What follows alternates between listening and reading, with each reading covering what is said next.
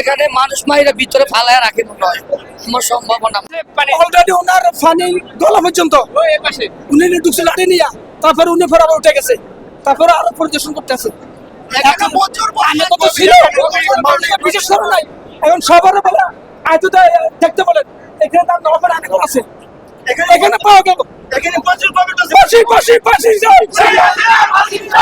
আচ্ছা আয়নার ঘরের মতো করে রাখছেন গর্ত করে ভিতরে পানি আর পানি ভিতরে আর যাওয়া যাচ্ছে না পাচ্ছি যে এখানে দেখা যাচ্ছে আন্ডারগ্রাউন্ডে একটা হাউসের মতন, যেমন এরশাদ শিকদারের যেভাবে এই হাউসগুলো আপনার ইউজ করতো, বিদেশি মাগুর মাছ ফালাই রাখতো এবং মানুষদেরকে ধরে ধরে এনে ফেলে দিত, মাছকে খাইয়ে দিত, ঠিক সেম সিস্টেমে এখানেও দেখা যাচ্ছে।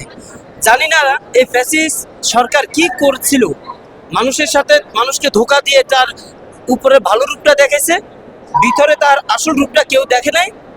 অনেক আলেম 13 জন আলেমকেও নির্বিচারে মানে কোনো অন্যায় ছাড়া অবিচারে হত্যা করা হয়েছে। এই ফ্যাসিস্ট সরকারকে, এই ফ্যাসিবাদীকে বাংলাদেশে, ভারত থেকে বাংলাদেশে এনে জনগণের সম্মুখে ওপেন তাকে ফাঁসিতে ঝুলিয়ে যতক্ষণ পর্যন্ত তার মৃত্যু নিশ্চিত না হচ্ছে তাকে ফাঁসিতে ঝুলিয়ে তাকে মৃত্যুদণ্ড দণ্ডিত করা হোক।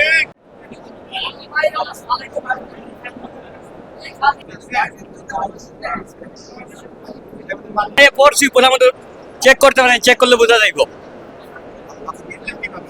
আমি এই জায়গায় স্লিপ পাইয়া পড়ছি মূলত, ভিতরে আর একটু গাড়া আছে, কি পরিমাণ গাড়া আছে এটা কইতে পারি না, একটু চেক করলে বোঝা যাইব।